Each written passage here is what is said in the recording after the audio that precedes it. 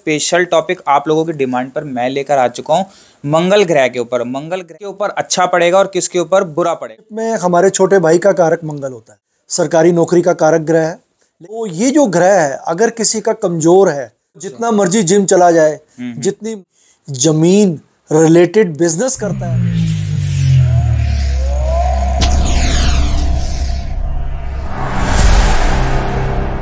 So hello guys, कैसे हैं आप सब? आई होप सब बढ़िया होंगे। दोबारा से एक और नई वीडियो में आप लोगों का स्वागत है। दोबारा से सर हमारे साथ जुड़ चुके हैं। पिछली वीडियो में हमने बात करी थी शनि ग्रह के ऊपर कि किसके ऊपर अच्छा प्रभाव पड़ेगा शनि देव जी का और किसके ऊपर बुरा पड़ेगा। तो आज की वीडियो स्पेशल टॉपिक आप लोगों की डिमांड पर मैं लेकर आ चुका हूँ मंगल ग्रह के ऊपर। मंगल ग्रह के ऊपर किसके ऊपर अच्छा पड़ेगा और किसके ऊपर बुरा पड़ेगा। तो सर से आज सारी चीज़ें जानेंगे विस्तार से, तो पूरी वीडियो जरूर देखना, बहुत इंटरेस्टिंग आज की वीडियो रहने वाली। तो सबसे पहले सर का करते हैं वेलकम है सर आपका हमारे चैनल के अंदर। कैसे हैं सर आप? बहुत अच्छे। तो सर आज हम विशेष बात करने वाले हैं मंगल ग्रह के ऊपर। तो उसके अंदर किसका अच्छा पड़ेगा किसके ऊपर और किसके ऊपर बुरा पड़ेगा। हाँ अंकित, आज हम मंगल के बारे में जानेंगे। मंगल हमारे शरीर में खून का कारक होता है और रिलेशनशिप में हमारे छोटे भाई का कारक मंगल होता है। ठीक है। मंगल एक बहुत ही अच्छा ग्रह है। अगर किसी का मंगल का प्रभाव उसकी कुंडली के अनुसार उस पर बुरा पड़ रहा है तो मैंने अक्सर देखा है कि उनके अपने भाइयों, छोटे भाइयों के साथ रिलेशनशिप अच्छे नहीं रहते और वो आदमी स्पोर्ट्स यानी कि जो खेल है उसके अंदर वो अच्छा अपना नाम या अपना किसी प्रकार की गुडविल को नहीं रिटेन कर पाता। फेम जिसे कहते हैं। फेम जिसे कहते हैं आप, गुडविल। क्यों? क्योंकि मंगल एनर्जी का कारक भी है और किसी भी फीमेल के लिए, उसका किसी भी औरत के लिए उसका अपना पति मंगल होता है। ओके। और अगर उसके रिलेशनशिप अपने पति के साथ आर्गुमेंट में रहते हैं तो डेफिनेटली कहीं ना कहीं वाइफ का, किसी की पत्नी का मंगल जो है वो वीक हो जाता है। अच्छा, और वो वीक हो जाता है। तो इसलिए, और जिस तरीके से आदमी है उसके लिए उसकी पत्नी शुक्र का कारक है। Okay sir. तो अगर वो उसके साथ आर्गू करता है या उसके साथ रिलेशन अच्छे मेंटेन नहीं कर पाता तो उसका शुक्र खराब हो जाता है। तो मंगल का बुरा प्रभाव, मंगल का अगर जब भी किसी पे बुरा प्रभाव पड़ेगा तो एक तो उसको सरकारी नौकरी लेने में भी दिक्कत आएगी। उसके साथ साथ हम सूर्य ग्रह को भी देखते हैं क्योंकि सूर्य ग्रह सरकारी नौकरी का कारक ग्रह है। लेकिन उसके साथ हमने मंगल को भी देखना पड़ता है क्योंकि मंगल एक एडमिनिस्ट्रेटर है, मंगल एक ऑर्गेनाइजर है। जो मंगल कर सकता है वो आम ग्रह नहीं कर पाते।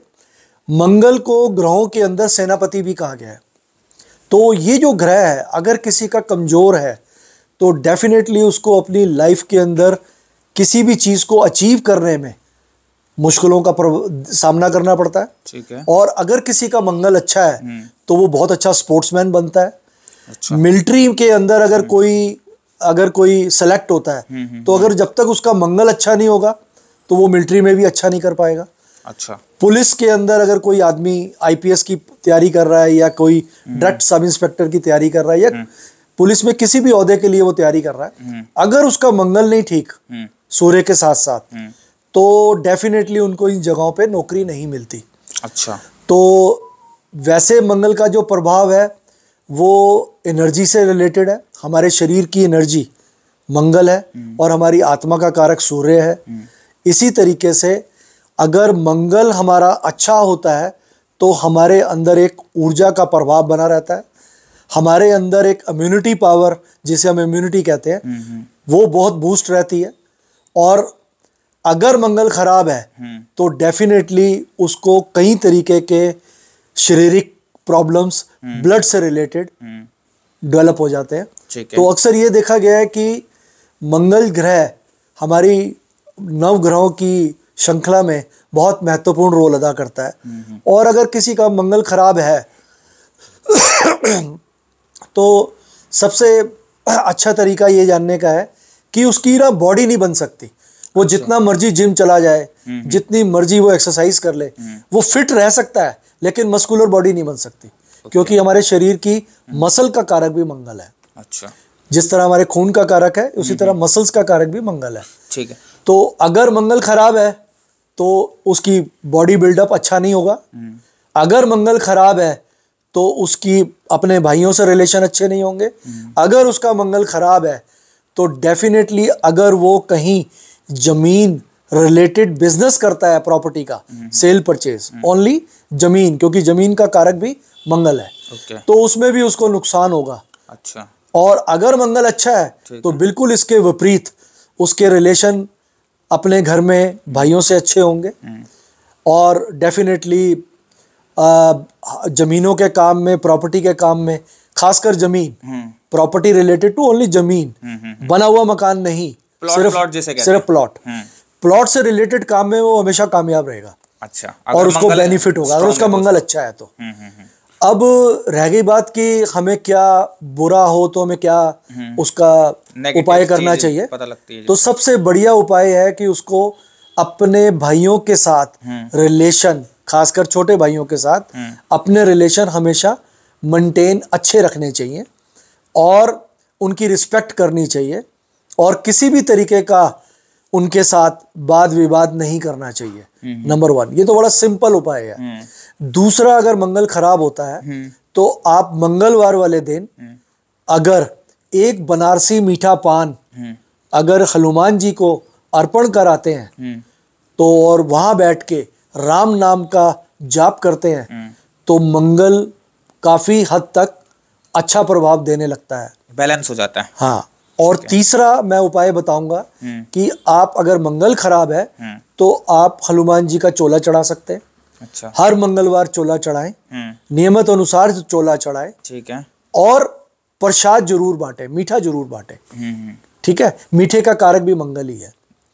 तो इस तरीके से हम 3 ये बड़े छोटे छोटे सिंपल उपाय और अच्छे रिजल्ट इसके मिलेंगे।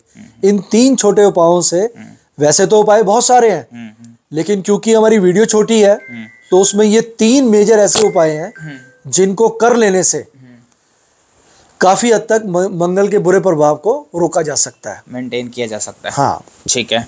तो सर, अगर किसी को अपनी आपसे कुंडली दिखवानी है तो उसका क्या प्रोसीजर रहता है? आपसे पर्सनल अपॉइंटमेंट लेना है तो सुबह 11 बजे के बाद और शाम को 7 बजे से पहले वो अपॉइंटमेंट ले सकता है। ठीक है। और अपॉइंटमेंट लेके वो मुझसे पर्सनली मिल सकता है। और अगर पर्सनल आने में तो कोई दिक्कत है या दिल्ली से बाहर का है कोई तो वो टेलीफोनिक कंसल्टेंसी भी ले सकता है। ठीक है। उसकी एक मिनिमल फीस है? उसकी जो है बड़ी नॉमिनल फीस है और उसके अंदर हम लोग हॉरोस्कोप पूरा रीड करते हैं, उसमें प्रिकॉशंस क्या देनी है, उसके अंदर रेमेडीज क्या देनी है, हम कंप्लीट चार्ट बना के देते हैं। ठीक है। और कम से कम 6 महीने का हम लोग उसके अंदर पूरा प्रोसीजर बना के देते हैं।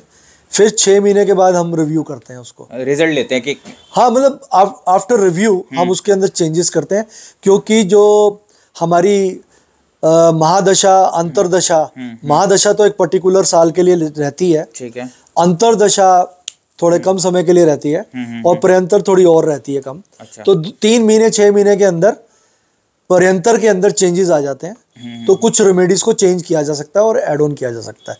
रेमेडीज हर प्लेनेट की अलग अलग होती है और रेमेडीज से ये होता है कि हम लोग जब 3 महीने या 6 महीने के बाद दोबारा किसी को बुलाते हैं तो उससे हमें ये पता लग जाता है कि उसको नेट चल में कितना अभी पॉजिटिव रिजल्ट मिला है, आया या नहीं आया। और अगर नहीं आया तो हमें और प्लस उसमें क्या ऐड ऑन करना है। और मंगल के लिए हम खासकर बहुत सिंपल रेमेडीज देते हैं। अच्छा। और जिसके रिजल्ट्स बहुत अच्छे आते हैं। ठीक है।